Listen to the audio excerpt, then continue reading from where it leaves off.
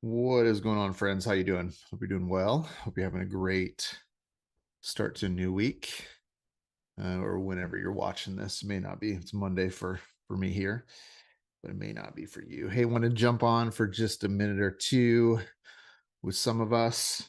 Talk to you about just a couple observations from today, some key thoughts. I want to share a picture with you, which is I don't know if you've ever had a picture show up in your memories or whatever, but this is a picture that came up from 10 years ago with my daughter and I. We ended up going on a trip. I took her with on a ministry trip here and had to go to the Pacific Northwest to Portland, meet with some different churches. We were about 2.5 years at this point into the building of our ministry organization.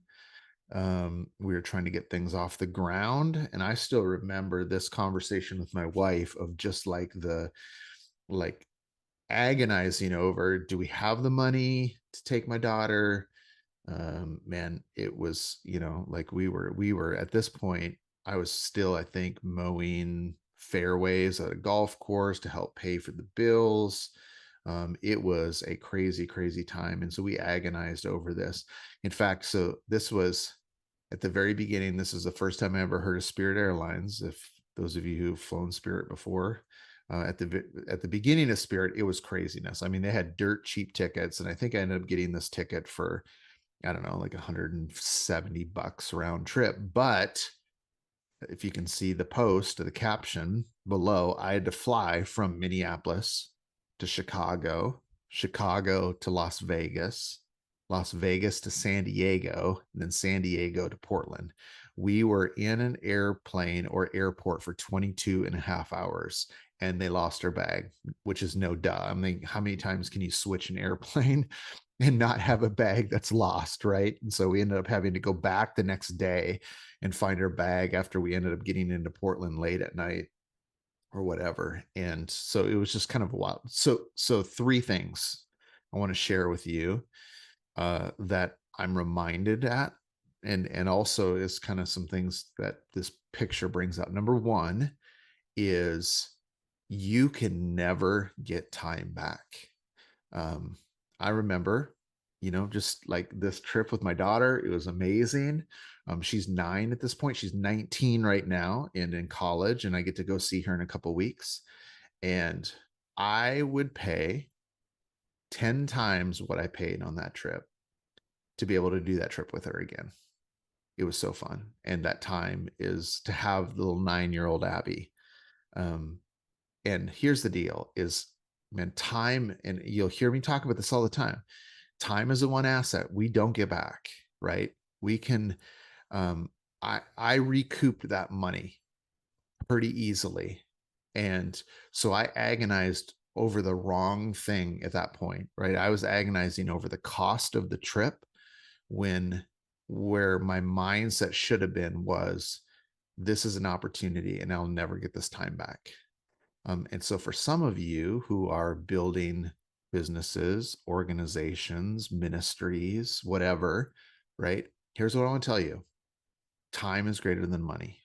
And for some of you, we live in a way which we think that money is greater than time, and money's easy to get back. Time we never get back. And so number one is leverage your time. That's one of the principles I was thinking about today. Leverage your time, like your time. Don't waste time, leverage your time, maximize your time, accelerate your time. Like time is one of your greatest assets that you have. Okay. Number two of what I'm reminded in this picture is every great thing that we build is hard, right? This was a hard season. In fact, I still remember the feelings that I had in this season, thinking through like how hard 2.5 years. I'm mowing fairways. I am, like scraping pennies to be able to get this flight to go to the Pacific Northwest because I believe that God called us beyond, Minnesota, which we were living at that point. And it was hard. And here's the thing, every great thing that we build is hard. And if you want to like uh, build a quick ministry, build a quick business, build a quick organization, and just kind of throw things out there and hope that it's somehow going to magically all work, I think that we have the wrong mindset. If we need to be okay with the difficulty, the grind, here's what I'm convinced of. 95% of people would have given up if they would have been in this situation that I was in, 2.5 years of grinding. Um, and it's hard building something that has impact and influence and cares for people and is hard. And we need to wrap our minds around that. So that's number two. Number three, God's faithful, right? God's faithful. I'm thankful that I don't have to nickel and dime for flights anymore because God's faithful and he's faithful to do the things that he's called us to do. And if he's called you to build something, if he's called you to influence people, if he's called you to care for people, if he's called you to build something, like that, he's going to be faithful in that. And we need to be reminded of that here today, that even in the midst of the things that we're called to do, that God's faithful every single time.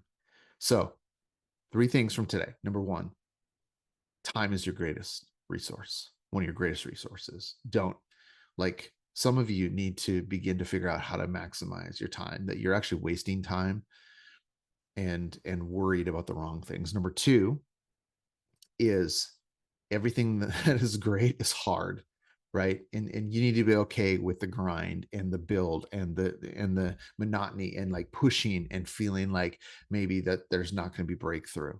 And number three is that God's faithful every time. And we need to be reminded of that. So hopefully that was encouraging for you today. It was a good reminder for me, even as I reflected. I journaled about this a little bit this morning, wrote a couple social media posts on it just because it was a good reminder for me today as well. Okay, keep after it. Let me know if you need anything. Love you guys. You're awesome. Talk to you later.